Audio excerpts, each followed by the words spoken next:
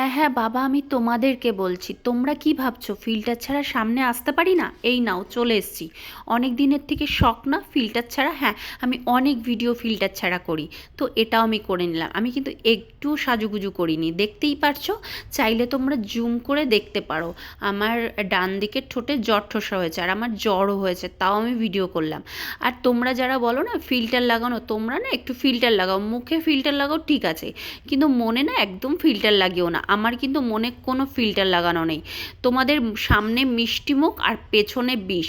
হ্যাঁ, তো এইগুলো না করে না একটু মুখে ফিল্টার লাগাও, তাতে কোনো অসুবিধা নেই, কিন্তু মনে ফিল্টার একদম লাগিও না। তো যাই হোক, আমি এখনও দুপুরে রান্না করে একটা ভিডিও করলাম তো তোমাদেরকে শেয়ার করব বলে। আর দেখো, আমি কেবল এখন আমি যাব স্নান করতে। তো চলো, তোমাদের সঙ্গে এই ফিল্টার ছাড়া ভিডিওটা কেমন লাগলো অবশ্যই বলো, আর আমাকে খুব বাজে লাগছে সেটাও কমেন্ট করে বলো।